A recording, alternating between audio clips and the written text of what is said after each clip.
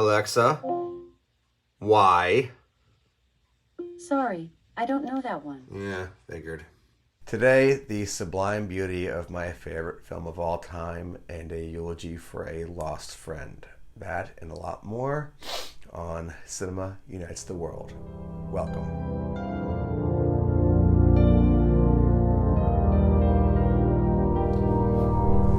Welcome to Cinema Unites the World. I get doing more of these days. I'm getting over a cold right now, but I had to, get this done. Obviously, I'll talk about this in a bit, but to begin, life is not fair, and anyone who says otherwise is lying to you. When we are born, we are children in the Garden of Eden, allegorically speaking. We have no worries, usually. And then we get kicked out for biting the apple, otherwise known as growing up. More on that later, but for now, I want to talk about my favorite film ever, Up, by Disney PIxar, directed by Peter Docter. Like Shawshank Redemption, what can I say about this beautiful film that hasn't already been said? That it got a standing ovation at the Cannes Film Festival, that it was the first fully CGI film to get a Best Picture nomination at the Oscars, and I've lost count of how many times I've seen it. I first went to see it in May of 2009 with my friend Michelle and a friend of hers. It was a 3D screening at a movie theater in Santa Monica, and I remember the air going out of the room when this sequence happened.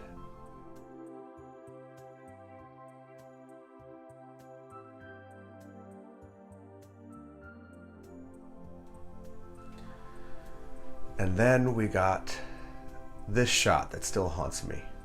Well, the whole movie haunts me, but this one of Ellie sitting in the backyard with her eyes closed. So what is she doing? Accepting her fate? Recentering herself? Praying? I don't know. I don't care. It's none of our business. This opening 10-minute sequence has no dialogue. It's just images and music. And no sound effects either, just images and music. And that's a big reason of why it's so powerful and why it works so well. Because as filmmakers, we're always looking for moments that are pure cinema. And what makes us feel what these filmmakers want us to feel at PIxar was the entire life of these two people, emotionally. And then she's gone, and the story begins. This wonderful story, the rainbow color palette of the visual look, Michael Giacchino's Oscar-winning, sublime, beautiful score, the great voice acting by all involved, Ed Asner, Christopher Plummer, Jordan Nagel, and of course, Bob Peterson as Doug. Squirrel! As they say in the Blu-ray special features, we who have fur family members always provide the voices. I know I do for Chewbacca. Here he is. Going, well. Squirrels! I hate you, squirrels! Squirrel! I hate you, squirrels! I hate you, I'll kill you, motherfuckers! I'm gonna call you mother. You suck! You suck! You! Oh, God. Are you gonna finish that? I love you, Daddy. Oh boy, I will get it and bring it back. It always makes my wife and I crack up. Pardon me. Another wonderful thing about Up is that they have this tragedy in the first 10 minutes and then they give us some laughter. It's okay. Everything's going to be okay. I want to believe that. Suspension of disbelief. I have met some people who don't like this picture. Maybe some people can't suspend disbelief. Would he actually be able to float his house with that many balloons? Would it, wouldn't NORAD be scrambled?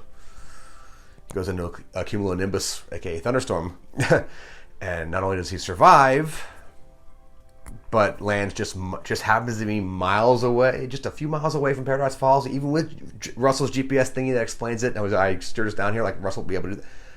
Whatever. I don't care.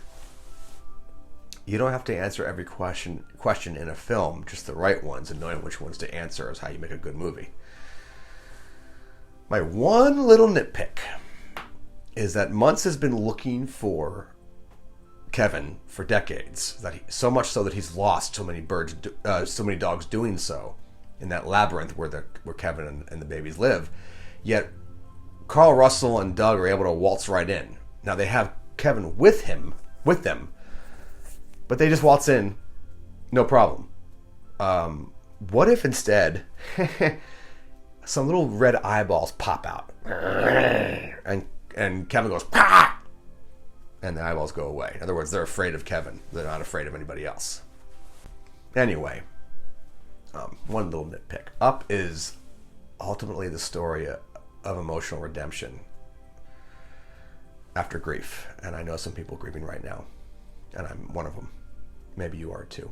I'll get to that in a second. And Up is the story of Carl processing his grief, accepting it, coming to terms with it, accepting that he cannot go back in time. How many of you want to do that? I know I do. Do things differently, change things. And I think part of processing is understanding that you're still here and you have a job to do and you have value to give the world. And for Carl, thanks to him, a beautiful, benevolent creature is forever protected and reunited with her babies. A psychopathic villain is defeated. His dogs are liberated from being sacrificed to a madman's narcissistic dreams. And a tenacious, naive, yet good-hearted little boy, abandoned by his father, has a true Dutch uncle, maybe even a new father figure. Yeah, about that. That's one stick in my craw about parents who abandon and neglect their kids. It's why this world has so much pain. And many, not all, many do so because they can and don't care. I mean, that scene, Russell's trying to build the tent. And, his dad, Russell's dad got him the GPS device. In other words, he bought him off. Here, go. And then when he says the words, "Phyllis isn't my mom," Carl gets it. It's a pivot point emotionally for the two of them. Yeah, my dad knew someone who did this, who abandoned their kids. And I remember talking to my now late father, who never abandoned me. And I never forget it. He said, "Jordan, I don't get it. I don't get it." Me neither, Dad. Forgive. I'll try. But even my dad in heaven is a better dad than some real life dads today. And some people gotta learn to step up. Do you know who you are? Probably not.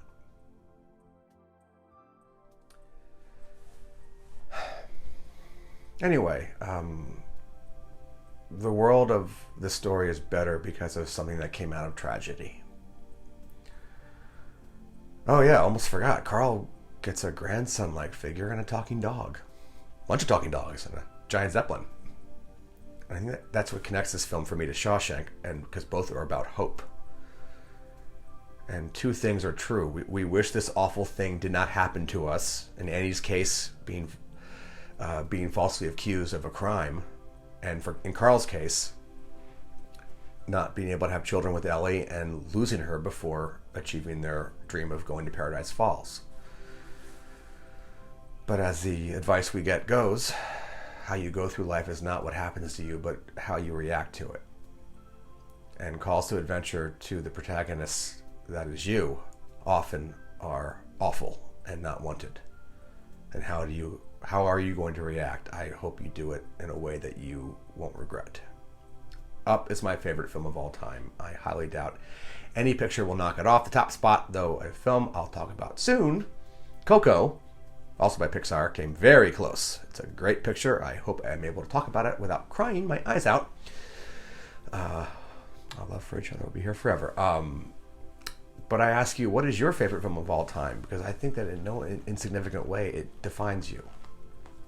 I once heard of a guy whose favorite film was Conan the Destroyer. I guess that defines him as eccentric. But mine's Up, and make of that what you will. So, why Up? I chose to watch it last Saturday night because I knew it was coming Sunday morning. And I'm not talking about the Philadelphia Eagles NFC Championship game. My dear friend Courtney lost her son Alexander to cancer. He crossed the bridge to heaven. His name was Alexander. He was my friend's son. He was 5.5 years old. To his parents, Courtney and Ian, I am with you. We are with you, and we will never let you go. Alexander, I held you as a baby. Courtney, my friend Courtney got pregnant with him right before Julie got pregnant, and then we had babies together. And back to you, Alexander, I held you in my arms when you were a few weeks old, and you farted on me. Your little diaper rumbled. You and Jack played together. We had play dates, and then one day, about 1.5 years ago, your Aunt Julie gave me the bad news that you had cancer. And I had to leave an acting class once because I was so upset. And we all held on to hope, and alas, sometimes it just doesn't work out. My children have no idea. One day they will. It seems that our job as parents is to protect our children from the real world while at the same time preparing them for it when they become adults. Adulting is hard, lots of us like to say. Yeah. No, I don't like to one up, and I definitely don't like to one down. Pain is pain. That said, losing your child is the worst. Is there a worse one than that? I would not wish this upon my worst enemies. Anyway, I'm wearing this hat for a reason. I mean, it's Super Bowl week, and I am reminded of the Dutch Destroyer. Here he is. His name is Lucas. He was a diehard Eagles fan, and when he was just 9, he learned that he had a rare form of cancer. And he was diagnosed during our winning Super Bowl season and became very friendly with Carson Wentz, our QB at the time. His battle lasted several months, and he competed against the disease as hard as ever. And unfortunately, he never got to see the Birds win the big one.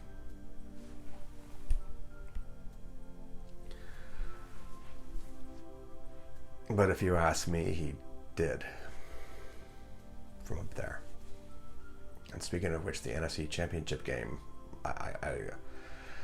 Alexander, thank you very much for the W. I found out of your passing, or I like to say crossing, 2 hours before the game. And I'm at Britannia, Eagles Bar, Eagles Nest in Santa Monica, sitting by myself, people all around me, and I prayed to you.